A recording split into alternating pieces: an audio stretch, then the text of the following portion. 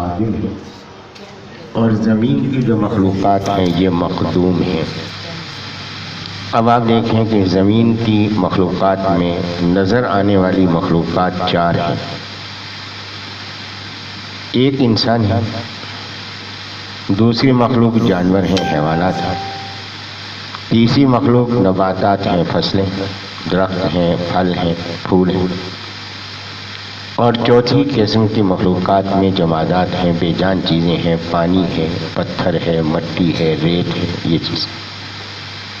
اب آپ ان میں غور فرمائیں، ان میں جو جمادات ہیں، پتھر ہے، پانی ہے، مٹی ہے، یہ چیزیں پہلی 3 چیزوں کے کام آ رہی ہیں، تو یہ خادم ہیں، اور 3 چیزیں مخدوم ہیں۔ پھر آپ دیکھیں ان 3 چیزوں میں نباتات، فصلیں، درخت وغیرہ، یہ کس کے کام آ رہی ہیں؟ انسان اور حیوان کے کام آ رہی ہیں یہ چیزیں۔ تو معلوم ہوا کہ نباتات خادم ہیں اور انسان اور حیوان یہ مخدوم ہیں۔ پھر آپ دیکھیں کہ یہ جانور کس کے کام آ رہا ہے؟ گائے دودھ دے رہی ہے، بکری دودھ دے رہی ہے، کب اپنا بچہ جنتی ہے وہ دودھ دیتی ہے، لیکن پیتا کون ہے؟ انسان پی رہا ہے۔ گدھے پہ سواری کون کر رہا ہے؟ سامان کون لاد رہا ہے؟ بیل پہ سواری کون کر رہا ہے؟ ہاتھی پہ سواری کون کر رہا ہے؟ انسان کر رہا ہے۔ سرکس کے اندر شیر کو تماشا کس نے بنا رکھا ہے؟ انسان نے بنا رکھا ہے۔ تو معلوم ہوتا ہے کہ انسان مخدوم ہے، حیوان، جانور سب اس کے خادم ہیں۔ اب جب سب چیزیں کسی نہ کسی مقصد کے لیے پیدا ہوئی ہیں، خدمت کے لیے پیدا ہوئی ہیں، تو یہ ممکن ہے کہ جو مخلوق کائنات ہو وہ بے مقصد اور بے فائدہ پیدا کیا گیا ہو؟ نہیں۔ تو انسان کا بھی کوئی نہ کوئی مقصد ہے، اس کی تخلیق کا مقصد ہے۔ پھر آپ یہ دیکھیں کہ جتنی بھی یہ جاندار چیزیں آپ کو نظر آ رہی ہیں، چاہے زمین پر چلنے والی ہوں، چاہے ہوا میں اڑنے والی ہوں، یہ سب جھکی ہوئی شکل میں ہے یا رینگنے والی شکل میں ہے۔ سانپ ہے، بچھو ہے، کیڑے مکوڑے ہیں، رینگنے والی شکل میں ہیں۔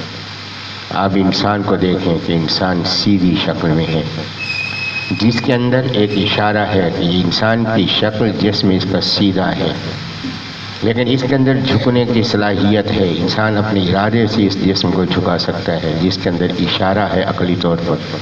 اور عقلی اشارہ کیا ہے؟ کیا انسان کے دیکھ، میں نے ساری مخلوقات کو تیرے آگے جھکایا ہے، لیکن تجھے ان کے آگے نہیں جھکایا، لیکن تجھے جھکنے کی طاقت عطا کی ہے۔ تو نے جھکنا ہے تو کس کے آگے جھکنا ہے؟ مخلوق کے آگے نہیں جھکنا، خالق کائنات کے آگے جھکنا۔ تو یہ عقلی اشارہ اس کے اندر موجود ہے۔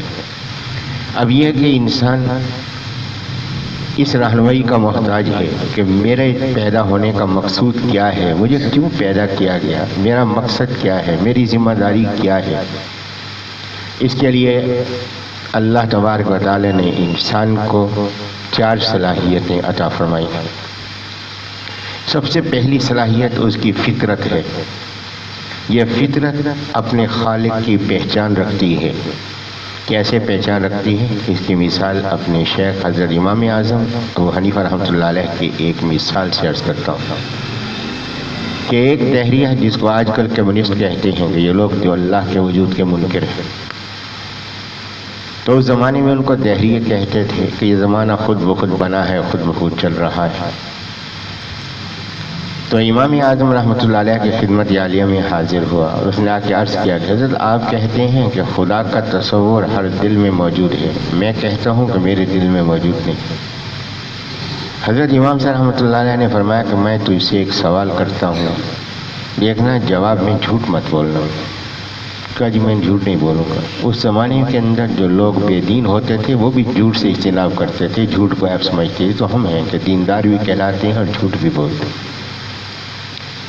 تو امام صاحب رحمۃ اللہ علیہ نے فرمایا کہ تو ایک کشتی میں سوار ہے، کشتی طوفان کی نظر ہو گئی، تو یعنی کی کیفیت ہے، بچنے کی کوئی صورت بظاہر نظر نہیں آ رہی۔ کیا تیرے دل میں یہ خیال آئے گا کہ کوئی ایسی غیبی قوت موجود ہو جو مجھے یہاں سے نکال کے ساحل پہ پھینک دے؟ کہا کہ حضرت بالکل یہ خیال آئے گا، یہ تو انسان کی فطرت ہے۔ حضرت نے فرمایا جس غیبی قوت کا خیال آ رہا ہے اسی کو تو اللہ کہتے ہیں، کہ یہ اللہ ہر انسان کے دل کے اندر موجود ہے۔ تو اللہ تبارک و تعالیٰ نے انسان کی فطرت کے اندر حقیقت شناسی پیدا کی ہے کہ آپ دیکھتے ہیں کہ یہ جو جملہ سنتے ہیں کہ جی ضمیر کی آواز، یہ ضمیر کی آواز کیا ہے؟ انسان کی فطرت ہے جو اس کو پکارتی ہے کہ تو غلط کام کی طرف جا رہا ہے۔ تو اللہ تبارک و تعالیٰ نے انسان کی رہنمائی کے لیے جو ایک ذریعہ عطا فرمایا وہ فطرت ہے۔ فطرت کے بعد اللہ تبارک و تعالیٰ نے جو دوسرا ذریعہ انسان کو عطا فرمایا وہ یہ حواس ہے، قوتیں ہیں، دیکھنے کی قوت، سونگنے کی قوت، سننے کی قوت، چھونے کی قوت، یہ قوتیں ہیں جو اللہ نے انسان کو عطا فرمائی ہیں، جن کو حواس خمسہ کہتے ہیں۔ یہ 5 قوتیں ظاہری ہیں کہ دیکھنا ہے، سننا ہے، سونگنا ہے، چکھنا ہے، سونگنا ہے، چکھنا ہے، چھونا ہے۔ ان سے انسان حقائق کا علم حاصل کرتا ہے۔ تیسری نعمت جو اللہ تعالیٰ نے عطا فرمائی انسان کو وہ عقل ہے۔ اس عقل کے ذریعے سے انسان تجزیہ کرتا ہے، غور و فکر کرتا ہے، نتائج پیدا کرتا ہے، لیکن ان میں غلطی کا امکان موجود ہے۔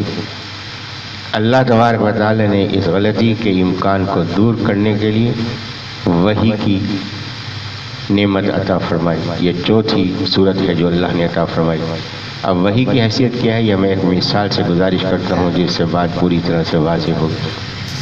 آپ نماز پڑھنے کے لیے کھڑے ہوں، لائٹ جل رہی ہے، آپ جا نماز صحیح رخ قبلے کی طرف بچھا دیں، آپ اس پہ کھڑے ہو جائیں، آپ نماز پڑھنا شروع کریں۔ نماز پڑھنا شروع کرنے سے پہلے آپ کسی ساتھی سے کہتے ہیں، سیدھے کھڑے ہو گئے، نیت باندھنے لگے ہیں، ساتھی سے کہتے ہیں جیسے میں اللہ اکبر کہوں تم لائٹ بند کر دیں۔ اس نے لائٹ بند کر دی، اندھیرا ہو گیا، آپ نے نماز شروع فرما دی۔ آپ 2 رکعت نماز پڑھیں۔ 2 رکعت نماز پڑھنے کے بعد جب آپ فارغ ہوں اتحیات پڑھیں، اتحیات کے بعد دروشی پڑھیں، دعا پڑھ لیں، سلام پھیریں، اپنی جگہ سے ہلے نہیں، اپنی جگہ بیٹھیں۔ ساتھی سے کہیں کہ اب لائٹ جلائے، لائٹ جلائے گا، آپ دیکھیں گے کہ آپ کچھ نہ کچھ قبلے سے ہٹے ہوئے ہیں، آپ پر ہٹا ہوا ہے، حالانکہ آپ تو پوری توجہ سے نماز پڑھتے رہے ہیں۔ کیوں کہ ماحول کے اندھیرے نے، حالانکہ عقل آپ کی کام کر رہی تھی، آپ صحیح سمت اختیار کیے ہوئے تھے، لیکن باہر کے اندھیرے نے راستے کچھ نہ کچھ تبدیلی پیدا کر دی۔ تو یہ نور، اس روشنی کی ضرورت ہے۔ تو اللہ تعالیٰ نے یہ وحی کا نور عطا فرمایا تاکہ جو عقل کا اندھیرا ہے اس وحی کے نور سے جو ہے وہ دور ہو جائے۔ اب اللہ تبارک و تعالیٰ نے جب یہ وحی عطا فرمائی ہے، اس وحی میں اللہ تبارک و تعالیٰ نے انسانوں کا انتخاب فرمایا اور اللہ تعالیٰ نے اپنی کتابیں بھی ان کو عطا فرمائی۔ تو اللہ تبارک و تعالیٰ کی طرف سے جو وحی آئی ہے کتاب کی شکل میں، انبیاء کرام علیہ السلام کی شکل میں یہ وحی آئی ہے، اور اس میں انبیاء کرام علیہ السلام کی شکل میں وحی آئی تو اس سلسلے میں سب سے آخر میں تشریف لائے ہیں ہمارے نبی پاک صلی اللہ علیہ وسلم، اور اللہ تعالیٰ نے کتاب کی جو سب سے آخری روشنی عطا فرمائی ہے وہ یہ روشنی ہے قرآن مجید ہے۔ پھر یہ بات بھی کہ اللہ تبارک و تعالیٰ نے یہ قرآن مجید کی جو نعمت عطا فرمائی نبی علیہ السلام کے ذریعے سے، یہاں پھر ایک بات میں عرض کرتا چلوں کہ ہم جس قدر شکر ادا کریں کم ہے، کہ اللہ کا عظیم احسان ہے کہ اس نے ہمیں اشرف المخلوقات بنایا، ساری مخلوقات میں سب سے زیادہ معزز بنایا، یہ اس کا احسان تھا۔ اگر مجھے کوئی جانور بنا دیتا تو میں اس سے کہاں پوچھ سکتا تھا، تو یہ اس کا کرم ہے کہ اس نے مجھے اشرف المخلوقات بنایا، یہ اس کا احسان اور کرم ہے کہ اس نے پھر انسانوں میں سے بھی ایمان کی نعمت عطا فرما دی۔ کتنے بڑے بڑے عقل والے، کتنے بڑے بڑے سمجھ والے دنیا کے اندر بھٹکتے ہوئے گزر گئے، ہدایت نصیب نہیں ہوئی۔ یہ اس کا کرم ہے، اس کی رحمت ہے کہ اس نے ایمان کی نعمت عطا فرمائی ہے۔ پھر یہ کہ اس کا احسان اور کرم ہے کہ اہل ایمان میں سے اس نے نبی پاک صلی اللہ علیہ وسلم کی نسبت عطا فرما دی، وہ نسبت جس کی خواہش انبیاء کرام علیہ السلام نے کی۔ پھر اللہ کا عظیم احسان ہے کہ نبی علیہ السلام کے ذریعے سے اس نے اپنی یہ نعمت قرآن مجید کی نعمت ہمیں عطا فرمائی کہ اللہ کا جتنا بھی احسان کیا جائے یہ احسان جو ہے یہ کم تو اللہ تبارک و تعالیٰ نے قرآن مجید کی نعمت نبی پاک صلی اللہ علیہ وسلم کے ذریعے سے جو ہے وہ عطا فرمائی ہے۔ اب یہ قرآن مجید یہ کیا ہے اور یہ اس سے استفادے کی صورت جو ہے وہ کیا ہو سکتی ہے، تو اس بارے میں چند بنیادی باتیں اس وقت میں عرض کرنے لگا ہوں۔ سب سے پہلی بات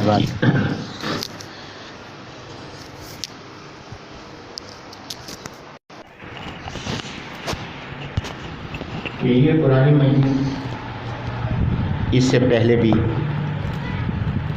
کتابیں نازل ہوئی، مشہور کتابیں 4 ہیں۔ کچھ کتابیں وہ ہیں جو اللہ نے چھوٹی کتاب سے نازل فرمائے، ان کو صحیفے کہتے ہیں۔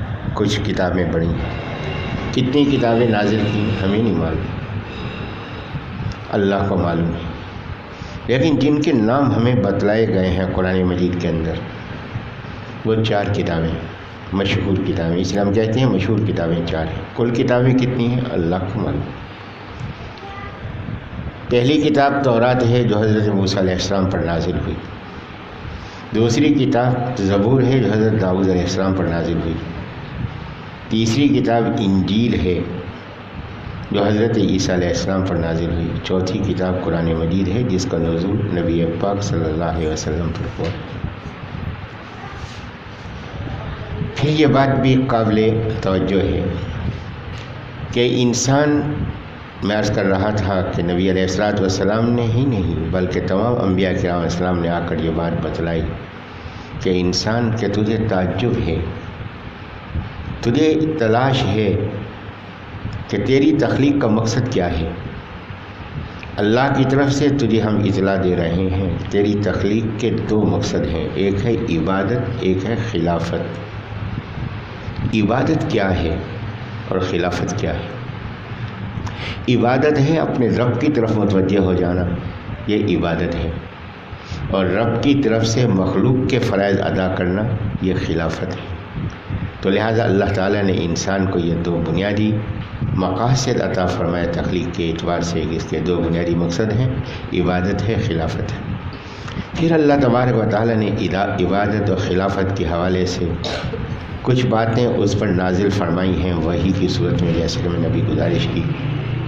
اب وحی کے ذریعے سے جو کچھ نازل ہوا ہے آپ اس کو دیکھ لیں، نچوڑ نکالیں تو معلوم ہوگا کہ یہ 2 باتیں یا خبر ہے یا حکم ہے، یا خبر ہے یا حکم ہے۔ یا خبر ہے فرشتے ہیں، خبر ہے عذاب قبر ہے، راحت قبر ہے، یہ خبر ہے کہ جنت ہے، جہنم ہے، جزا ہے، سزا ہے، یہ خبر ہے۔ ایک ہے حکم کہ نماز ادا کرو، زکوٰۃ ادا کرو، روزے رکھو، یہ ہے حکم۔ تو اللہ کی طرف سے جو کچھ نازل ہوا ہے وہ یا تو خبر ہے یا وہ حکم ہے۔ اب اس کے بارے میں ذمہ داریاں کیا ہیں؟ 2 ذمہ داریاں ہیں، ایک ذمہ داری ہے ماننا، دوسری ذمہ داری ہے کرنا۔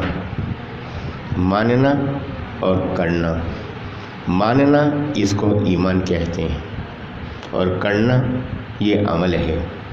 تو اس لیے بنیادی باتیں جو لازم ہیں وہ 2 ہیں، اسلامی عقائد اور اسلامی اعمال، اور ان سے آگاہی ضروری ہے کہ عقائد بھی معلوم ہو، جو خبر نازل ہوئی ہے وہ بھی معلوم ہو، جو حکم نازل ہوا ہے وہ بھی معلوم ہو، اس کے پڑھنے کرنے کا طریقہ بھی معلوم ہو۔ تو اسلامی عقائد کا جاننا بھی ضروری ہے اور اسلامی اعمال کا جاننا یہ بھی ضروری ہے۔ تو یہ 2 بنیادی ذمہ داری ہیں جو انسان کی ہیں، اور انسان نے ان بنیادی ذمہ داریوں کو پورا کرنا ہے۔ اب یہ کہ کس طریقے سے پورا کرنا ہے، اب ہم نے کس بات کو ماننا ہے کہ وہ بات جو ہمیں نبی علیہ السلام کے ذریعے سے معلوم ہوئی اس بات کو ماننا ہے۔ پھر یہاں ایک بات اور عرض کرتا چلوں کہ جتنی منظم زندگی انسان کی ہے اتنی منظم زندگی کسی مخلوق کی نہیں۔ کہ انسان کی زندگی انتہائی منظم زندگی ہے، اور انسان کی زندگی کا جو مکمل نظام ہے اس کو دین کہتے ہیں۔ دین کہتے ہیں انسانی زندگی کا مکمل نظام، اس کو دین کہتے ہیں۔ کسی اور مخلوق کے نظام زندگی کو دین نہیں کہتے۔ تو یہ مکمل نظام زندگی انسان کا ہے، اس کو دین کہتے ہیں۔ اور وہ دین جو اللہ تبارک و تعالیٰ نے عطا فرمایا ہے، اس دین کو دین اسلام کہتے ہیں۔ دین اسلام کیا ہے؟ اسلام ہے اپنے آپ کو سپرد کرنا، اپنی سوچ کو، اپنے نفس کو اپنے رب کے تابع کر دینا، یہ اسلام ہے۔ تو دین اسلام کہ اللہ کے حکموں کے اپنے آپ کو تابع کر دینا، اللہ کے حکم کا تجزیہ نہیں کرنا عقل سے کہ اللہ نے جو حکم دیا ہے اس میں کیا حکمت ہو سکتی ہے، حکمتیں تلاش کرنا، یہ میری ذمہ داری نہیں۔ یہ آگے جب قرآن مجید کا یہ مفہوم ہم آگے سمجھیں گے، یہ بات بھی واضح ہوگی۔ میں اس کی ایک مثال گزارش کرتا ہوں۔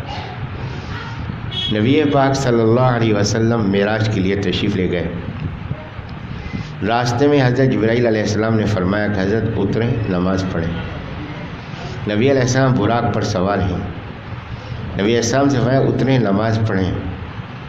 نبی علیہ السلام نے معلومات کے لیے نہیں پوچھا کہ یہ کون سی جگہ ہے، حضرت فوراً اترے، حکم کی تعمیل کی، نماز پڑھی۔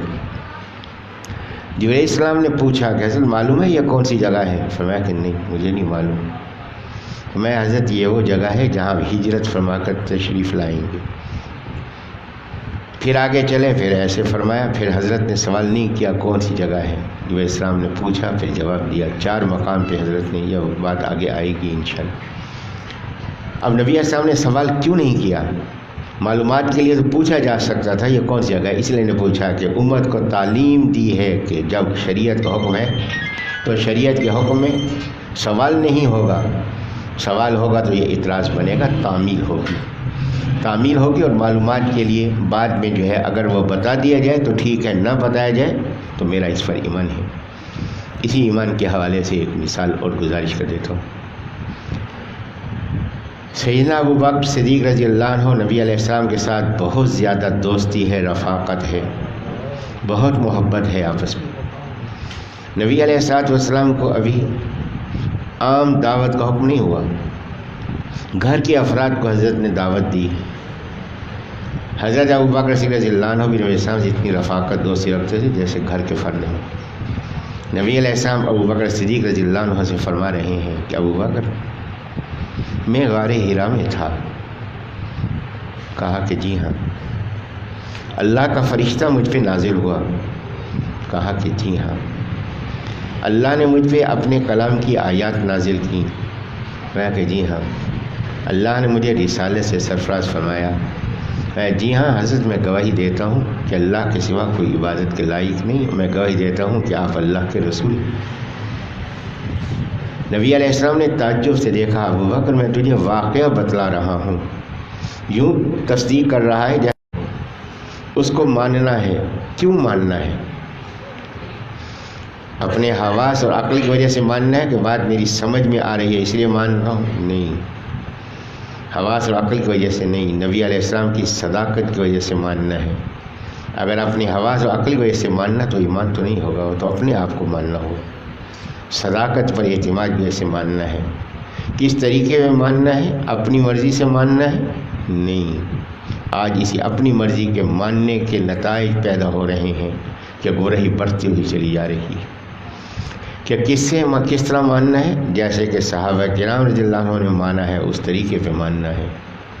ڈھیلا ڈھالا ماننا ہے؟ جی ہاں، رسمن ماننا ہے؟ نہیں، شک اور شبہ کے بغیر ماننا ہے۔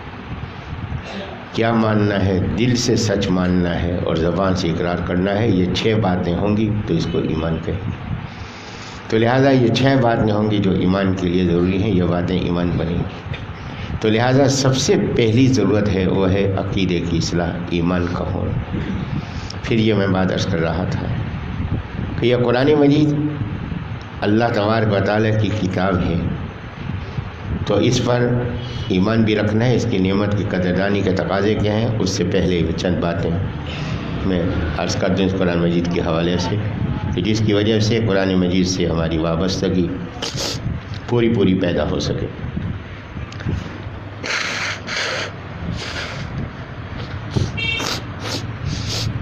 سب سے پہلی بات یہ کہ یہ قرآن مجید آپ کیسے دعویٰ کرتے ہیں کہ یہ اللہ کی کتاب ہے؟ یہ آپ کا دعویٰ کیسے ہے؟ اس بارے میں مختلف نظریات دور حاضر کے اندر موجود ہیں کہ یہ نبی علیہ السلام کا کلام ہے۔ ایک شوشہ یہ ہے کہ نبی علیہ السلام دنیا سے تشریف لے گئے، حضرات صحابہ کرام رضی اللہ عنہم نے اس میں سے آیتیں نکال کے اور آیتیں بنا کے اس میں گھسیٹ دی۔ یہ صحابہ کا کلام ہے، یہ اللہ کا کلام نہیں۔ اب مختلف انداز سے یہ فتنے پیدا کرنے کی کوشش کی گئی ہے۔ اب یہ کیسے آپ کہیں گے کہ یہ اللہ کا کلام ہے؟ اس سلسلے میں چند بنیادی باتیں ذہن میں رکھیں گے، انشاءاللہ گمراہی پیدا نہیں ہوگی۔ سب سے پہلی بات یہ قرآن مجید اللہ کا کلام ہے، یہ کس نے بتایا؟ یہ کس نے کہا؟ نبی پاک صلی اللہ علیہ وسلم نے فرمایا جن کی زبان صداقت کے مقابلے میں کسی کی زبان سچی ہو ہی نہیں سکتی۔ دیکھیے آپ کلمہ طیبہ پڑھتے ہیں، لا الہ الا اللہ، اللہ کے سوا کوئی عبادت کے لائق نہیں۔ یہ بات آپ کیوں کہہ رہے ہیں؟ دنیا جہاں کے لوگ تو دوسروں کو معبود بنا رہے ہیں۔ عربوں نے بیت اللہ کے اندر 360 بت رکھے ہوئے تھے، یونانی بت پرستی کر رہے ہیں۔ دنیا کی بڑی سمجھدار قوم، فلسفی قوم روم جو دنیا کی بڑی ترقی یافتہ قوم تھی، وہ شرک کے اندر مبتلا۔ ایرانی مجوسی جو تھے وہ بڑے ترقی پر تھے، وہ شرک کے اندر مبتلا۔ مختلف ممالک کے اندر شرک کی مختلف کیفیات موجود۔ اب کیسے کہتے ہیں کہ اللہ کے سوا کوئی عبادت کے لائق نہیں؟ ہندو بت پرستی کے اندر ڈوبے ہوئے، دیوتا ماننے والے، کیا آپ کیسے کہتے ہیں؟ کہ میں اس لیے کہتا ہوں کہ محمد کہ یہ بات مجھے محمد صلی اللہ علیہ وسلم نے بتلائی۔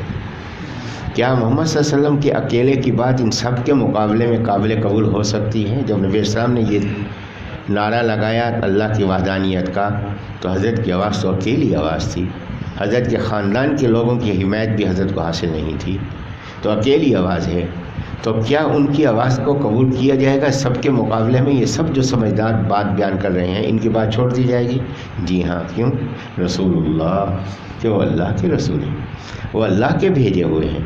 جو اللہ کا بھیجا ہوا ہو اس کی بات تو اللہ کی بات ہوگی۔ جب اللہ کی بات ہوگی ساری مخلوق ایک طرف ہو جائے، اس کی بات کے مقابلے میں تو کسی کی بات قبول نہیں کی جا سکتی۔ تو یہ ہے ایمان کی جو ہے وہ کیفیت۔ تو میں عرض کر رہا تھا کہ بنیادی چیز جو ہے وہ ایمان، کہ یہ قرآن مجید اللہ کی کتاب ہے، کیسے معلوم ہو؟ نبی پاک صلی اللہ علیہ وسلم نے فرمایا یہ اللہ کی کتاب ہے۔ اور یہ بات میں نے عرض کی ہے کہ زمین اوپر ہو سکتی ہے، آسمان نیچے ہو سکتا ہے، حضرت کی زبان صداقت سے خلاف حق بات نکل ہی نہیں سکتی۔ تو حضرت نے یہ بات فرما دی کہ یہ اللہ تبارک و تعالیٰ کی کتاب ہے، تو اس لیے اس کو ماننا یہ لازم ہے۔ دوسری دلیل ہے کہ یہ بات کہ نبی علیہ السلام کا کلام ہے۔ جی، نبی علیہ السلام نے جو کچھ ارشاد فرمایا وہ الفاظ کے جس ذخیرے میں موجود ہے اس کو حدیث کہتے ہیں۔ آپ حدیث اٹھا کر پڑھیں، قرآن اٹھا کر پڑھیں، ایک ہی زبان سے قرآن مجید ادا ہوا ہے، اسی زبان سے حدیث پاک ادا ہوئی ہے، لیکن آپ ان کے درمیان زبان عربی کے لحاظ سے، فصاحت و بلاغت کے لحاظ سے دیکھیں تو اس کے اندر فرق محسوس کریں گے۔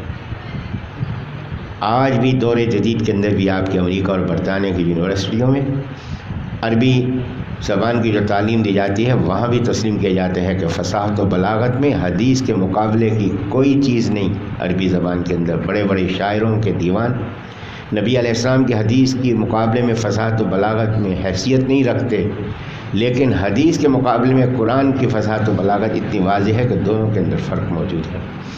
زبان مبارک ایک ہے، اسی ایک زبان سے قرآن بھی ادا ہو رہا ہے، اسی ایک زبان سے حدیث بھی ادا ہو رہی ہے، لیکن اس کے اندر فصاحت و بلاغت کا فرق ہے، جس سے معلوم ہو رہا ہے کہ یہ کلام ایک کا کلام نہیں، یہ مختلف کا کلام ہے۔ تو یہ دلیل ہے اس بات کی کہ قرآن مجید جو ہے یہ اللہ تبارک و تعالیٰ کا کلام ہے۔ پھر آپ ایک بات دیکھیں، قرآن مجید میں الحم سے لے کر آپ والناس تک دیکھیں، بڑے سے بڑے شاعر کا کلام دیکھیں، اقبال کا کلام دیکھیں، غالب کا کلام دیکھیں، آپ کے اس کی شاعری میں سارے اشعار ایک جیسے معیار کے نظر نہیں آئیں گے۔ کہیں فصاحت و بلاغت اونچے درجے کی ہوگی، کہیں نچلے درجے کی ہوگی۔ دیکھیے آپ جہاں بھی پڑھتے ہیں یہ فلاں شاعر کے اشعار، تو اشعار چنتے ہیں، جب چنتے ہیں تو اس کی معنی ہے کہ آپ نے ان اشعار کو دوسروں کے مقابلے میں بہتر سمجھا ہے تو چنا ہے، تو وہاں پسندیدہ اشعار ہیں، چنے جاتے ہیں اشعار کہ یہ فصاحت و بلاغت کے لحاظ سے عمدہ اشعار ہیں۔ سارا کلام ایک جیسا نہیں، اقبال کا پورا کلام ایک جیسا نہیں، غالب کا پورا کلام ایک جیسا نہیں، دنیا کے کسی بڑے سے بڑے صاحب دیوان کا پورا کلام ایک جیسا نہیں، لیکن الحمد سے لے کر والناس تک پورے قرآن مجید کو دیکھیں، فصاحت و بلاغت میں آپ کہیں معمولی فرق بھی نہیں دکھا سکتے۔ یہ اس بات کی دلیل ہے کہ یہ کلام اللہ تبارک و تعالیٰ کا کلام ہے، مخلوق کا کلام ہے۔ پھر آپ یہ بات دیکھیں کہ دیکھیں کسی بھی آپ ادیب کا کلام، ادیب کی تحریر اٹھا کر دیکھ لیں، محقق کی تحریر اٹھا کر دیکھ لیں، کہیں نہ کہیں اختلاف موجود ہوگا، لیکن آپ یہ قرآن مجید کتنے سال میں نازل ہوا؟ 23 سال میں نازل ہوا۔ پہلی وحی جو نازل ہوئی ہے اور جو آخری وحی نازل ہوئی اس میں دیکھیں آپس میں کوئی اختلاف موجود نہیں، تو لہذا یہ مضامین کی یکسانیت بتلا رہی ہے کہ کلام وحدہ لا شریک کا کلام ہے، جو علیم کل بھی ہے، جو قادر مطلق بھی ہے، یہ کلام اسی کا کلام ہو سکتا ہے، کسی اور کا کلام نہیں ہو سکتا۔ پھر آپ اس میں دیکھیں کہ اس قرآن مجید میں جب یہ نازل ہو رہا تھا اس میں پیشین گوئیاں کی گئی تھی، اور وہ پیشین گوئیاں بھی پوری ہوئی ہیں۔ یہ بات جب ہم آگے پڑھیں گے جو مثالیں جو ہے سامنے آئیں گی، اور اس سے بھی یہ معلوم ہو رہا ہے کہ یہ کلام اللہ تبارک و تعالیٰ کا کلام ہے، مخلوق کا کلام نہیں۔ پھر آپ دیکھیں کہ قرآن مجید نے یہ چیلنج کیا ہے کہ اگر تمہیں شک ہے یہ اللہ کا کلام نہیں ہے، اگر تمہیں یہ شک ہے کہ یہ اللہ کا کلام ہے، اس بارے میں تمہیں شک ہے، تو اس جیسا کلام بنا کر دکھا دو۔ لہذا وہ وقت اور آج کا وقت، آج تک کوئی بھی اس جیسا کلام بنانے میں کامیاب نہیں ہو سکا۔ یہ دلیل ہے اس بات کی کہ یہ اللہ کا کلام ہے، یہ کسی مخلوق کا کلام نہیں۔ فرمایا تم ایک نہیں سارے مل جاؤ، انسان نہیں جنات کو اپنے ساتھ ملا لو، سب مل کر تم اس جیسا کلام بنا کر دکھا دو، پورا کلام نہیں ایک چھوٹی سی صورت بنا کر دکھا دو۔ فرمایا کہ لیکن یہ عاجز ہونا اس بات کی دلیل ہے کہ یہ اللہ کا کلام ہے، کسی اور کا کلام نہیں۔ اب اس قرآن مجید کے جو نام ہیں، 4 نام اس کے معروف ہیں۔ ایک نام ہے قرآن، القرآن۔ قرآن کس کو کہتے ہیں؟ قرآن کے معنی ہے جمع کرنا، ملانا۔ قرآن مجید میں انسان کی ضروریات کی ساری باتیں موجود ہیں، دنیا کی ضروریات بھی موجود ہیں، موت کی ضروریات بھی موجود ہیں، قبر کی ضروریات بھی موجود ہیں، قیامت کی ضروریات بھی موجود ہیں، جنت جہنم کے آگے کے مراحل کی ضروریات بھی موجود ہیں۔ کون سی بات ہے جو قرآن کے اندر موجود نہیں؟ پھر یہاں ایک غلط فہمی پیدا نہ ہو کہ جی ہم تو آپ کی بات سن رہے تھے، بس ہمیں تو سمجھ میں آ گئی بات کہ قرآن میں ہر بات موجود ہے، حدیث کی ضرورت نہیں۔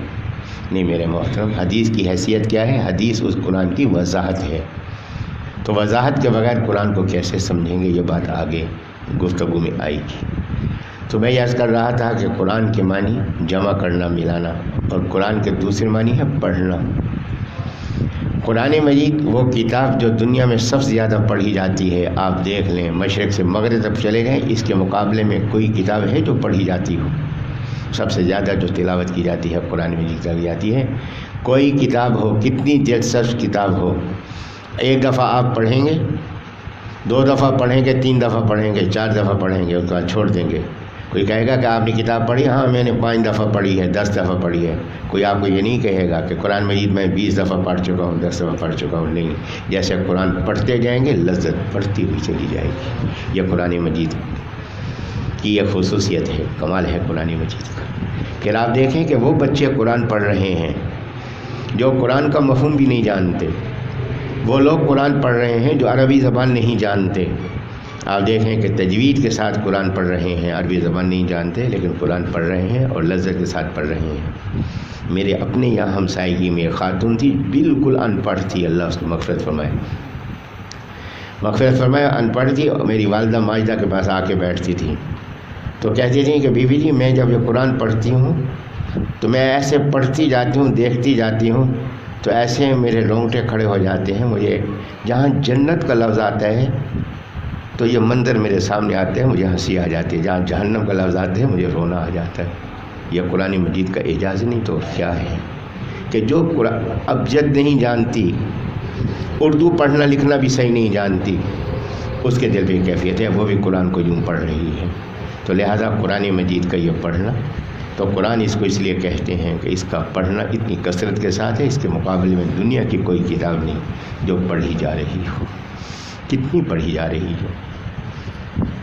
صرف مثال کے طور پہ عرض کر رہا ہوں کہ میرے شیخ حضرت امام اعظم ابو حنیفہ رحمۃ اللہ علیہ فرماتے ہیں کہ ہر مسلمان پر یہ قرآن کا حق ہے کہ کم سے کم سال میں 2 بار اس کو مکمل کرے۔ یہ ہر مسلمان پہ حق ہے کہ 2 بار قرآن مجید کی مکمل تلاوت کرے۔ تو حضرت بھی شاید 2 بار 3 بار پڑھ لیتے ہوں گے، نہیں۔ حضرت امام اعظم رحمۃ اللہ کا روز کا معمول کیا تھا، یہ ایک علیحدہ مسئلہ ہے۔ رمضان المبارک کے مہینے میں حضرت دن میں 1 بار مکمل کرتے تھے قرآن مجید، 1 بار رات میں مکمل کرتے تھے، اور 1 بار نماز تراویح میں مکمل کرتے تھے۔ رمضان مبارک میں 61 بار قرآن کو مکمل فرماتے تھے۔ ان کے شاگرد حضرت امام محمد رحمۃ اللہ علیہ 58 سال کی عمر میں دنیا سے گئے ہیں۔ آپ ان کی کتابیں دیکھیں، حیران ہوں گے کہ اس پوری زندگی میں ہم ان کتابوں کو پڑھ نہیں سکتے جو اللہ نے ان سے 58 سال کی عمر میں کتابیں لکھوائی ہیں۔ اور ان کا منصب کیا تھا؟ معمولی منصب نہیں تھا۔ وہ اس وقت کی اسلامی ریاست جو مدینہ منورہ سے لے کر مکہ مکرمہ سے لے کر موجودہ کشمیر تک تھی، اس پوری علاقے کے وہ چیف جسٹس تھے۔ مصروفیات کا اندازہ فرمائیں۔ پھر مصروفیات کی ایک مثال عرض کرتا ہوں کہ اندلس کے ایک بہت بڑے جج قاضی، خیال آیا کہ میں نے بہت علم حاصل کیے ہیں، امام محمد رحمۃ اللہ علیہ سے شریعت کے اصولوں کی تعلیم تو حاصل کر لوں۔ اپنی نوکری چھوڑی۔ اب قاضی کا عہدہ، جج کا عہدہ، جسٹس کا عہدہ، ہمارے جسٹس کو آج کے دور میں وہ مقام حاصل نہیں جو اس زمانے میں ان کو مقام، قاضی کو مقام حاصل تھا، جہاں امیر المومنین بھی کھڑا ہوتا تھا عام آدمی کی حیثیت سے آ کر۔ تو لہٰذا انہوں نے ملازمت چھوڑی، وہاں سے چلے، سفر کر بغداد پہنچے، امام محمد رحمۃ اللہ کی خدمت میں حاضر ہوئے۔ کہا کہ حضرت میں اندلس سے آیا ہوں، یورپ سے آیا ہوں، اتنا طویل فاصلہ طے کیا ہے، ملازمت چھوڑی ہے، میں آپ سے اصول سیکھنا چاہتا ہوں۔ حضرت فرمایا کہ میرے پاس تو وقت نہیں ہے۔ رو پڑے۔ حضرت کو رحم آیا، فرمانے لگے کہ اچھا آپ اتنا اخلاص رکھتے ہیں، ایک وقت ہے اگر آپ اس سے فائدہ اٹھا سکتے ہیں تو میں حاضر ہوں۔ میں نے کہا کون سا وقت؟ فرمایا کہ میں تہجد کی نماز کے لیے یہاں وضو کرتا ہوں، یہاں نوافل ادا کرتا ہوں، وضو والی جگہ سے نوافل تک آنے تک کی اس وقت میں اگر تم مجھ سے فائدہ اٹھا سکتے ہو تو میں حاضر ہوں۔ حضرت شیخ فرماتے ہیں قاضی صاحب کہ میں نے کہا حضرت منظور ہے۔ میں وہاں رہا، جتنے عرصے میں استفادہ کرتا رہا، رات کو میں سوتا نہیں تھا، معلوم نہیں کہ وہی لمحہ میری اونگ کا ہو، نیند کو حضرت اس وقت میں گزر جائیں۔ میں جاگتا تھا، مطالعہ کرتے رہتا تھا، جب حضرت وہاں پہنچتے وضو فرماتے فوراً پہنچتا تھا اور سننے سنانے کا عمل شروع ہو جاتا تھا۔ حضرت ہدایات فرماتے جاتے تھے، اس کے بعد وہاں تک پہنچتے تھے، سبق ختم ہو جاتا تھا۔ اس مصروفیت کے باوجود بھی حضرت کا معمول تھا کہ 7 پارے روزانہ حضرت تلاوت فرماتے تھے۔ تو یہ قرآن مجید کی یہ تلاوت ہے جس کا جو ہے یہ معمول ہے، تو اس لیے اس کو القرآن کہا ہے۔ دوسرا نام الفرقان۔ اور یہ تفصیل بیان کرنے کی اس بیان کرنے کی وجہ کیا ہے کہ یہ وجہ یہ ہے کہ مجھے بھی ذوق ہو جائے، آپ کو بھی ذوق و شوق ہو جائے کہ قرآن مجید کی تلاوت اس کا معمول جو ہے وہ ہم اختیار کریں۔ دوسری بات یہ ہے کہ اس کا نام، دوسرا نام اس کا الفرقان۔ الفرقان کہتے ہیں فرق کو واضح کر دینے والی چیز، کہ یہ حق اور باطل کو قرآن پوری طرح سے واضح کر دیتا ہے، ہدایت اور گمراہی کو واضح کر دیتا ہے، جہنم اور جہنم کے راستے کو یہ واضح کر دیتا ہے، ایمان اور کفر کو یہ قرآن پوری طرح سے واضح کر دیتا ہے۔ تو لہٰذا اس کا نام الفرقان ہے۔ تیسرا نام اس کا ہے الکتاب۔ الکتاب کس کو کہتے ہیں؟ کتاب کے اندر 3 معنی ہیں۔ ایک معنی ہے لازم ہونا، ایک معنی ہے لکھنا۔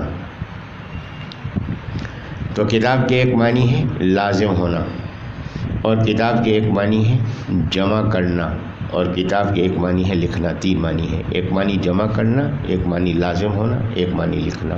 یہ آگے روزے کے حوالے سے قرآن مجید کے اندر یہ الفاظ آئیں گے۔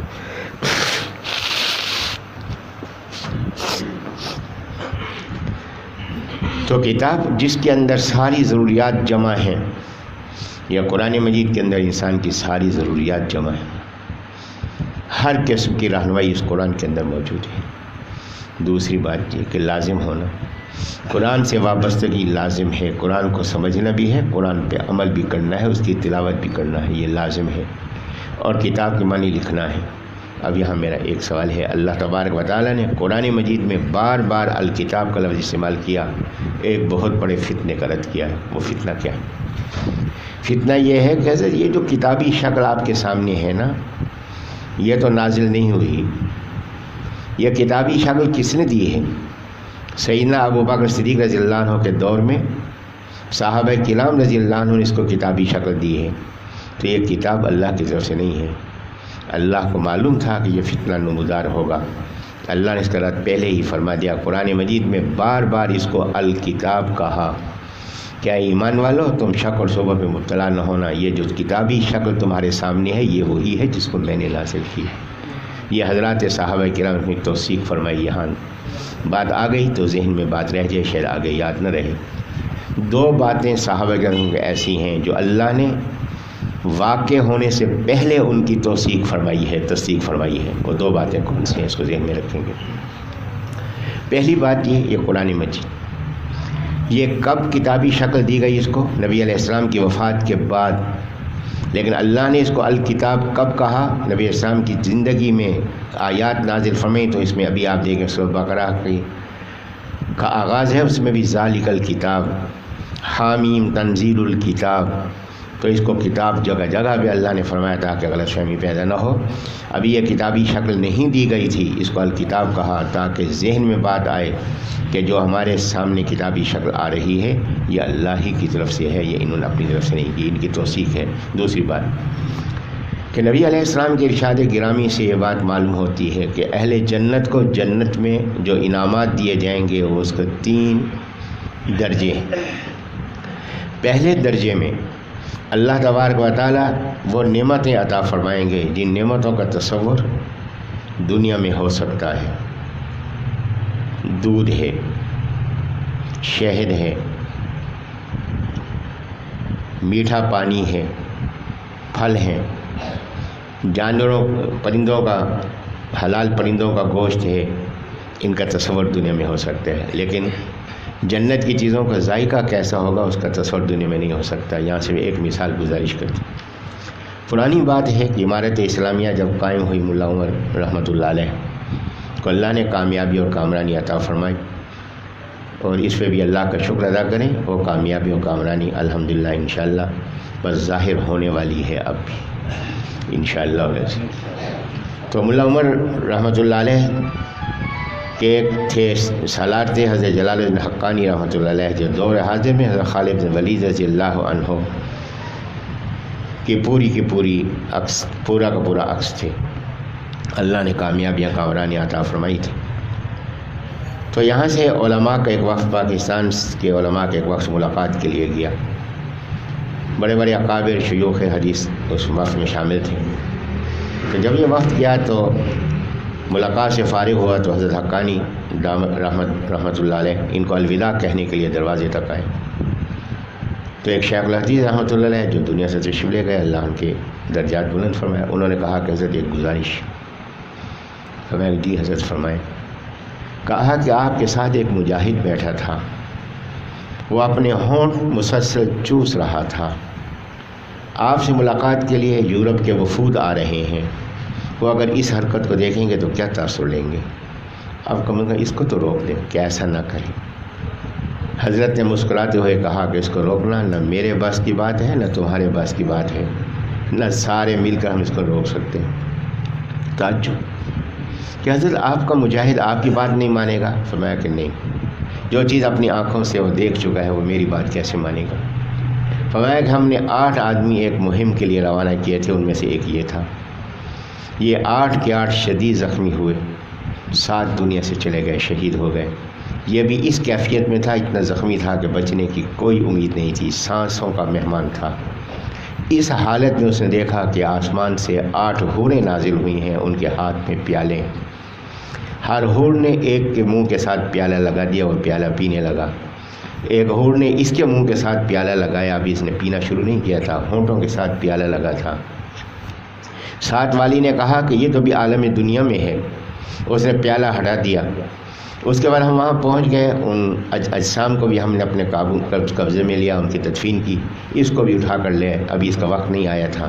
اللہ نے اس کو زندگی عطا فرمائی، اس وقت سے ہونٹ چوستا ہے، کہتے ہیں اس پیالے کے لگنے سے جو لذت محسوس ہوئی تھی دنیا کی کسی چیز میں وہ لذت محسوس نہیں ہوئی۔ تو پہلے مرحلے میں اللہ وہ نعمتیں عطا فرمائیں گے کہ جن کا تصور دنیا میں ہو سکتا ہے لیکن اس کی صحیح کیفیت دنیا میں محسوس نہیں ہو سکتی۔ دوسرے مرحلے میں اللہ تبارک و تعالیٰ جو نعمت عطا فرمائیں گے، قرآن بتلا رہا ہے فلا تعلم نفس ما اخفی لهم من قرۃ اعین، جس کی وضاحت میرے آقا سید المرسلین صلی اللہ علیہ وسلم نے فرما دی۔ حضرت نے فرمایا کہ وہ نعمتیں ایسی نعمتیں ہوں گی نہ اس سے پہلے کسی آنکھ نے دیکھا ہوگا، نہ اس سے پہلے کسی کان نے سنا ہوگا، نہ اس سے پہلے کسی انسان کے دل میں کبھی خیال آیا ہوگا۔ جب خیال بھی نہیں آیا ہوگا وہ نعمتیں کیسے بیان ہو سکتی ہیں؟ وہ نعمتیں اللہ عطا فرمائیں گے اور بے حساب عطا فرمائیں گے۔ اس کے بعد تیسرا مرحلہ، تیسرے مرحلے میں اللہ تبارک و تعالیٰ سلام قولا من رب الرحیم، جس کو یاسین میں اللہ نے اشارہ فرمایا کہ رب رحیم جو ہے خود سلام کرے گا اہل جنت سے، اللہم اجعلنا منہم، اللہ مجھے بھی آپ کو بھی ان خوش نصیبوں میں سے بنا دے۔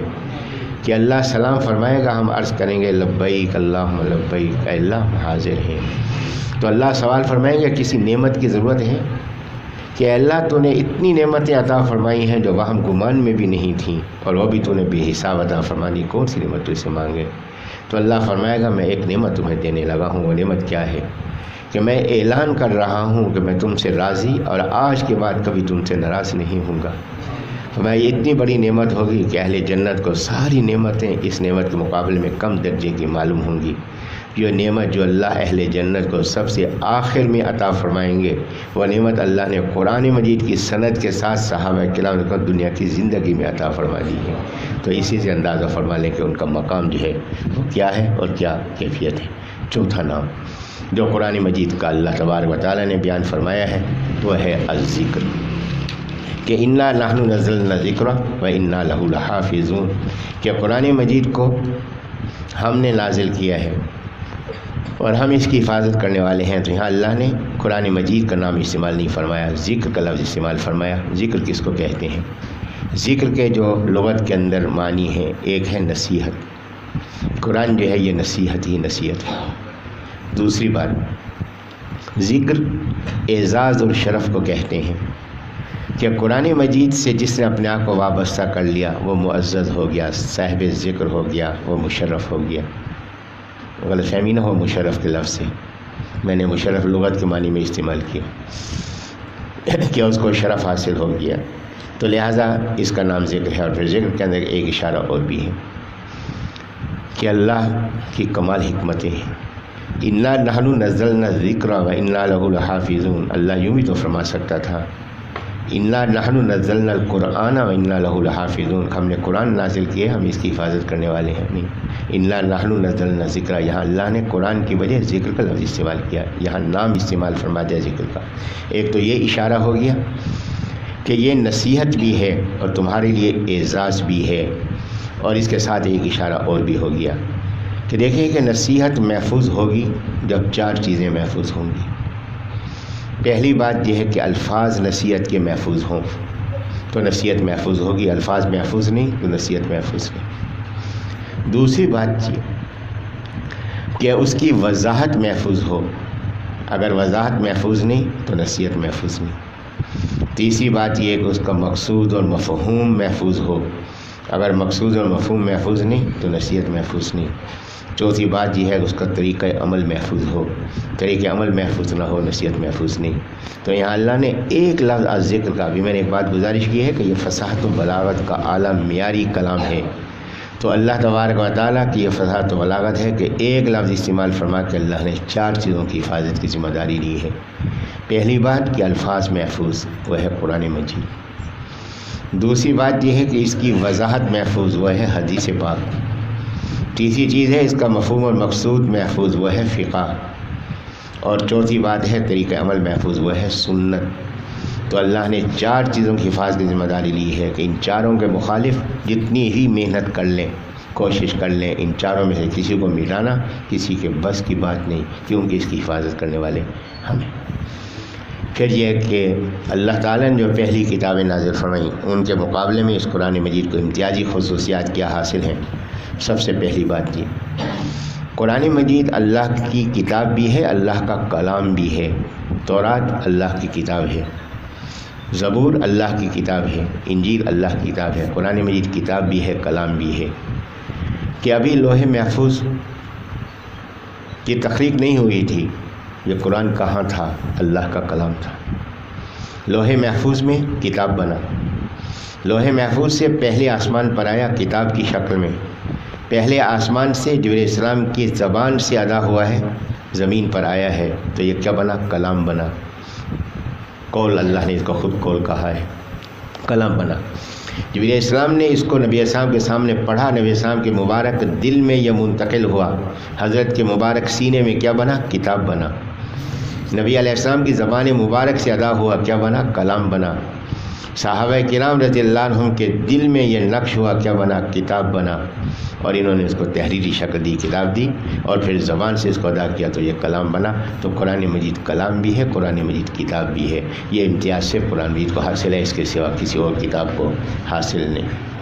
پھر اس کے بعد یہ دیکھیں کہ باقی کتابیں جو ہیں، ساری کتابیں لوح محفوظ میں لکھی ہوئی ہیں۔ لوح محفوظ کی زبان عربی ہے۔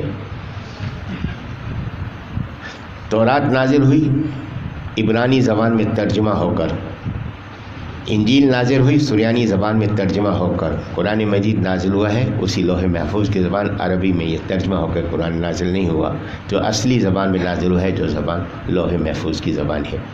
اس میں اور بھی اشارات موجود ہیں، وقت کی وجہ سے اس کو چھوڑ رہا ہوں۔ تیسری بات، قرآن مجید میں انزال اور تنزیل 2 کیفیتیں پائی جاتی ہیں۔ پہلی کتابوں میں انزال ہے، انزال کہتے ہیں اکٹھا نازل کرنا۔ قرآن مجید اکٹھا بھی نازل ہوا ہے، قرآن مجید تھوڑا تھوڑا کر کے بھی نازل ہوا ہے۔ انزال کیسے؟ قرآن مجید آپ پڑھتے ہیں انا انزلناہ فی لیلۃ القدر، کہ رمضان مبارک کی لیلۃ القدر میں یہ لوح محفوظ سے پہلے آسمان میں اکٹھا آیا ہے، یہ ہے انزال۔ پھر پہلے آسمان سے انسان کے مبارک دل پر یہ تھوڑا تھوڑا کر کے نازل ہوا، یہ ہے تنزیل۔ اسی طرح آپ دیکھیں انا انزلنا فی لیلۃ مبارکہ، لیلہ مبارکہ سے مراد بھی لیلۃ القدر ہے۔ اب اس میں ایک بات جو اور خصوصیت کی بات ہے، قرآن مجید اس وقت جو آپ کے سامنے موجود ہے، کیا اسی ترتیب سے موجود ہے جس ترتیب سے نازل ہوا ہے؟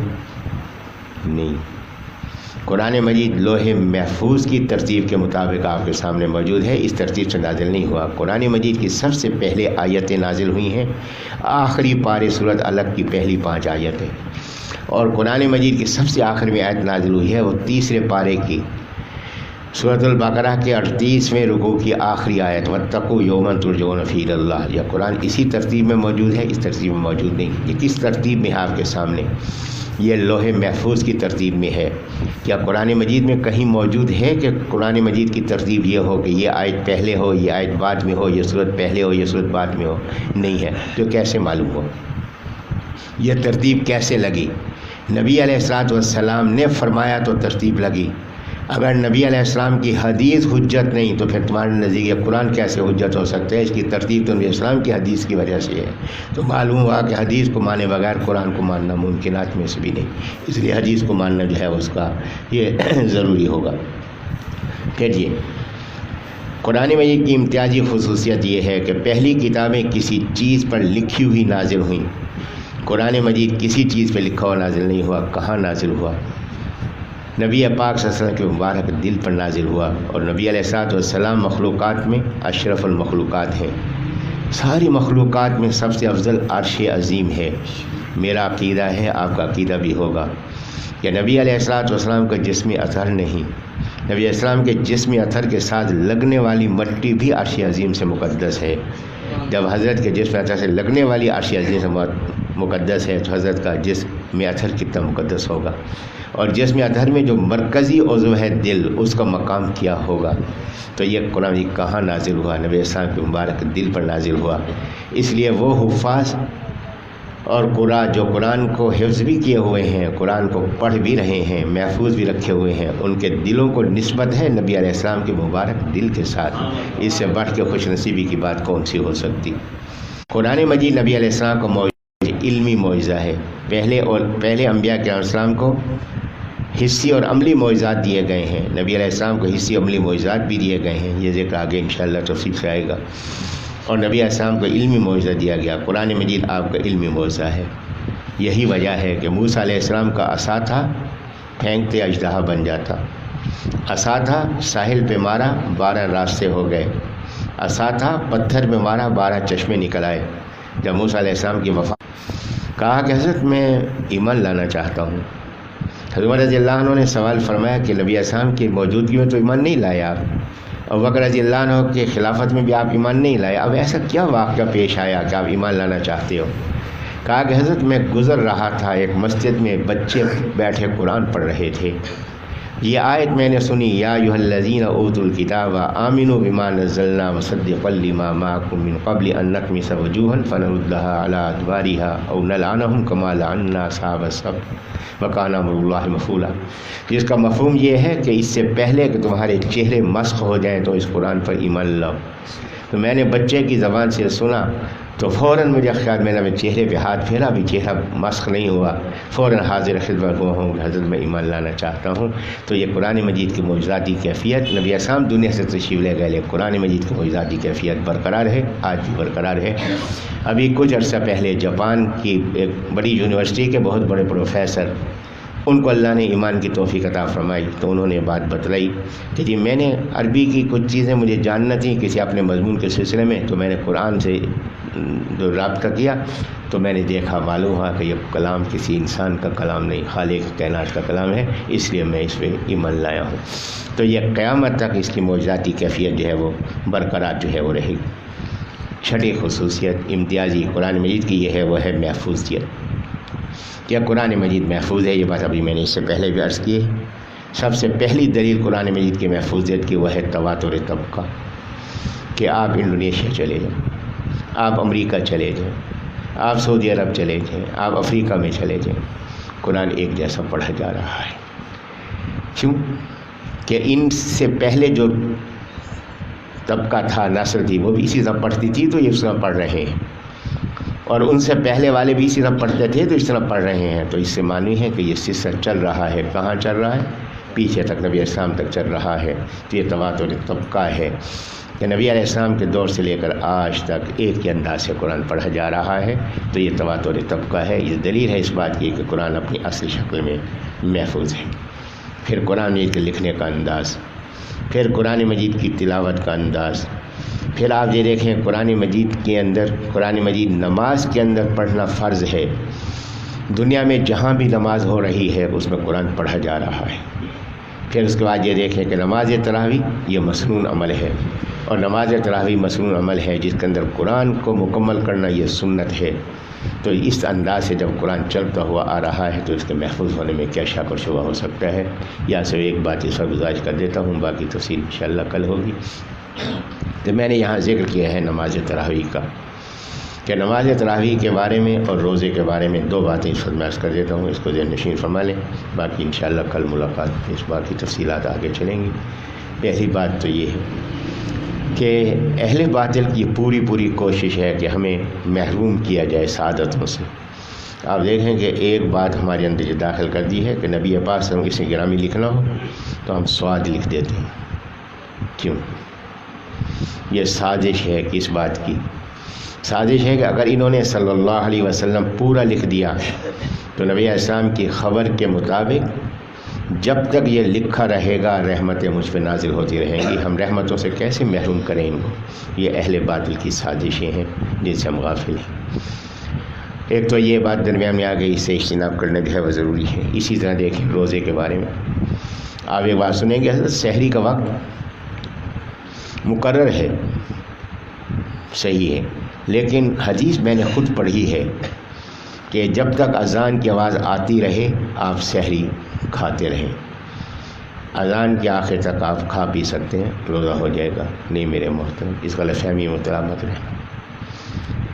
نبی علیہ السلام نے پہلا سال تھا 2 ہجری میں، کیونکہ لوگوں کو معلوم نہیں تھا کہ سحری کا وقت کب ختم ہوگا کب ختم نہیں ہوگا، تو حضرت نے لوگوں سے فرمایا کہ یہ مؤذن ہے، اس کی آواز پہچانتے ہو؟ کہ جی ہاں۔ فرمایا کہ میں 2 مؤذن مقرر کر رہا ہوں، ایک مؤذن اذان دے گا سحری کا وقت ختم ہونے سے پہلے، یہ مؤذن اذان دے گا سحری کا وقت ختم ہونے سے پہلے، کہ جو اطلاع ہوگی اس بات کی کہ جلدی سے کھا پی لو سحری کا وقت ختم ہونے والا ہے، اور جب اس مؤذن کی آواز آئے تو سمجھ لینا کہ سحری کا وقت ختم ہو گیا، اب کھانے پینے کی اجازت نہیں۔ کہ اب یہ جو آپ کے ہاں جو اذان دی جا رہی ہے، یہ سحری کا وقت ختم ہونے کی اذان ہوتی ہے یا فجر کی نماز کا وقت شروع ہونے کی اذان ہوتی ہے؟ جب فجر کی نماز کا وقت شروع ہونے کی اذان ہو رہی ہے تو اس کی معنی ہے کہ سحری کا وقت پہلے ختم ہو چکا، ایک لمحہ بعد بھی اگر کوئی چیز حالت کے نیچے آپ نے اتار دی تو روزہ نہیں ہوگا۔ تو روزہ بھی رکھیں، پورا دن مشقت بھی برداشت کریں اور پھر روزے سے محروم بھی رہیں، تو اس سے بڑی بد نصیبی کی بات کیا ہو سکتی ہے؟ اسے اجتناب فرمائیں۔ جو وقت مقرر ہے تو یہ ہمارے ہاں یہ کارڈ چھپے ہوئے ہیں، احتیاط کے طور پر جو حضرات لے جانا چاہیں اجازت ہے، اپنی مرضی سے اس کو لے جائیں، اپنے ہاں لٹکا بھی سکتے ہیں، چھوٹے جیب میں بھی رکھ سکتے ہیں۔ تو وقت کی پابندی فرمائیں کہ جو وقت لکھا ہوا ہے اس سے بھی احتیاطاً 1-8 منٹ پہلے ہی کھانا پینا بند کر دیں، کلی وغیرہ کر لیں تاکہ کسی قسم کا شک و شبہ کی گنجائش نہ رہے۔ اگر اندر سے کوئی چیز اگر پھنسی ہے دانتوں میں اور آپ نے اس کو نکال دیا، وقت ختم ہو گیا، آپ نے نکالا ہے، اگر نکال کے پھر منہ میں آپ نے اس کو رکھ دیا تو روزہ ٹوٹ جائے گا، اور اگر باہر نہیں نکالا اور اندر ویسے نکل لیا تو اگر وہ چنے کے دانے کے برابر ہے تو روزہ ٹوٹ جائے گا، اس سے کم ہے تو روزہ نہیں ٹوٹے گا۔ اس شک و شبہ میں نہ پڑے، پہلے ہی کلی فرما لیں تاکہ کسی قسم کی پریشانی نہ ہو۔ دوسری بات یہ ہے کہ اگر کسی نے غسل کرنا ہو، کیا اس کو غسل حاجت ہے، یا کسی خاتون نے ماہانہ مجبوری سے فراغت حاصل کی ہو، فراغت ہو گئی ہے لیکن ابھی غسل نہیں کیا، تو بھی روزہ رکھیں گے، کھانا کھا لیں گے، روزہ رکھ لیں گے۔ روزے کا تعلق نماز سے ہے، غسل کا تعلق نماز سے ہے، روزے سے نہیں۔ لہٰذا یہ نہ کریں کہ بھئی ایسا نہ ہو کہ جی روزہ کیونکہ میں نے غسل نہیں کیا اس لیے میں روزہ نہیں رکھ سکتا، نہیں، آپ روزہ رکھ لیں اور جتنی جلدی ممکن ہو سکے آپ غسل فرما لیں گے، اس کا تعلق نماز کے ساتھ ہے، یہ سستی نہیں فرمائیں گے۔ تیسری بات ہے افطار کے وقت میں کہ حضرت افطار میں تعجیل کرنی چاہیے، جلدی کرنی چاہیے، بالکل کرنی چاہیے، لیکن وقت ہو جانے کے بعد جلدی کرنی ہے، وقت ہو جانے سے پہلے جلدی نہیں کرنی۔ تو اس کے لیے بھی وقت مقرر ہے، اس کو آپ دیکھیں گے اور اس کے بعد آپ افطار کریں گے، پہلے افطار نہیں کریں گے۔ اگر آپ نے جلدی کی اور ابھی وقت نہیں ہوا تو نتیجہ کیا ہوگا؟ نتیجہ یہ ہوگا کہ پورا دن آپ کا ضائع ہو جائے گا اور اس کا فائدہ نہیں ہوگا، اپنے آپ کو اس سے محروم نہ کریں۔ دوسری بات جو تراویح کے بارے میں عرض کر رہا تھا کہ نماز تراویح 20 رکعت یہ سنت موقدہ ہے، میں 8 کی بات نہیں کرتا۔ نبی علیہ السلام سے نماز تراویح 8 رکعت ثابت نہیں، نبی علیہ السلام سے بھی ثابت نہیں، حضرات صحابہ کرام رضی اللہ عنہم سے بھی ثابت نہیں۔ نبی علیہ السلام نے فرمایا فعلیکم بسنتی و سنت الخلفاء الراشدین المہدیین۔ نبی علیہ السلام نے فرمایا کہ میری امت کے اندر اختلافات پیدا ہوں گے، جب اختلافات پیدا ہوں تو 72 گروہ ہوں گے جو جہنمی ہوں گے، ایک گروہ ہوگا نجات پانے والا۔ پوچھا گیا حضرت نجات پانے والا گروہ کون سا ہوگا؟ فرمایا ما انا علیہ و صحابی، جو میرے اور میرے صحابہ کے طریقے پر ہوگا۔ پھر حضرت نے فرمایا کہ تم میرے طریقے پہ چلو اور میرے خلفائے راشدین رضی طریقے پہ چلو، تو ان سے جو ثابت ہے وہ 20 رکعت نماز تراویح ثابت ہے۔ میں صرف ایک بات عرض کرنا چاہ رہا ہوں، آپ نے 20 رکعت نہیں پڑھی، 18 رکعت پڑھی ہے۔ ہاں یہ بات بھی بعض لوگوں کو غلط فہمی ہے، جیسے رات نماز تراویح نہیں پڑھ سکے اس لیے آج روزہ نہیں رکھا۔ روزے کا علیحدہ مسئلہ ہے، تراویح کا علیحدہ مسئلہ ہے، یہ آپس میں منسلک نہیں ہے۔ تراویح کا اپنا معاملہ ہے، روزے کا اپنا معاملہ ہے، تو یہ غلط فہمی بھی نہ رہے۔ آج آنکھ نہیں کھلی، سحری نہیں کی تھی، سحری کرنا بھی لازم نہیں ہے، سحری بھی مستحب ہے، روزے کی شرط نہیں ہے، آپ بغیر سحری کے بھی روزہ جو ہے رکھ سکتے ہیں، اس لیے ان غلط فہمیوں میں مبتلا نہ ہو۔ جہاں تک نماز تراویح کا عرض کر رہا تھا کہ 20 رکعت میں 8 کی بات نہیں کرتا، 20 رکعت میں آپ نے 2 رکعت نماز چھوڑی ہے، آپ کو اندازہ ہے کہ 2 رکعت کے چھوڑنے پہ کتنا نقصان ہوا ہے؟ 2 رکعت نماز نہیں چھوڑی آپ نے، 2 رکعت نماز چھوڑنے پر نبی علیہ السلام کے ارشادات عالیہ کی روشنی میں 140 رکعتوں سے آپ محروم ہوئے ہیں۔ 2 رکوع ہیں، 3 بار سبحان ربی العظیم پڑھتے ہیں اور 2 رکوع میں 6 بار پڑھتے ہیں، تو 420 بار رکوع کی تسبیح سے آپ محروم ہوئے، 840 بار سجدے کی تسبیح سے محروم ہوئے، تشہد آپ نے ایک دفعہ پڑھا، اس پہ آپ کو 70 بار تشہد پڑھنے کا اجر ملے گا، 70 تشہد سے محروم ہوئے۔ یہ درود شریف جو تشہد کے بعد آپ نماز میں پڑھ رہے ہیں، آپ نے ایک دفعہ پڑھا ہے لیکن 4900 رحمتوں سے محروم ہوئے۔ اس کے بعد جو آپ نے دعا مانگنی تھی، اس دعا پہ 70 فرشتوں کی آمین سے محروم ہوئے۔ تو 2 رکعت چھوڑنے پر اتنا نقصان ہے۔ تو لہٰذا جب ہم چاہتے ہی ہیں کہ زیادہ سے زیادہ فائدہ ہو تو یہ نقصان کیوں کریں؟ لیکن جو سب سے بڑا نقصان ہے وہ کیا ہے؟ سب سے بڑا نقصان یہ ہے کہ 2 رکعت آپ نے چھوڑی، 18 رکعتیں پڑھ لی، یہ 18 رکعتیں نفل شمار ہوں گی، سنت مؤکدہ نہیں بنیں گی جب تک 20 آپ پوری نہیں کریں گے۔ اور سنت مؤکدہ چھوڑنے کا نقصان کیا ہے، اس کی صرف ایک مثال کرتا ہوں۔ کالج میں داخل ہوا، ایک پروفیسر صاحب بہت نماز کے پابند تھے، دیندار تھے، مجھے کہنے لگے پروفیسر صاحب کافی عرصہ ہو گیا، عرصے دراز سے میں الحمدللہ تکبیر اولیٰ سے نماز پڑھ رہا ہوں، سنتیں نہیں پڑھتا، اس میں کوئی حرج تو نہیں؟ میں نے کہا کہ اس لحاظ سے تو حرج نہیں ہے کہ اللہ سنتوں کے بارے میں سوال نہیں کرے گا۔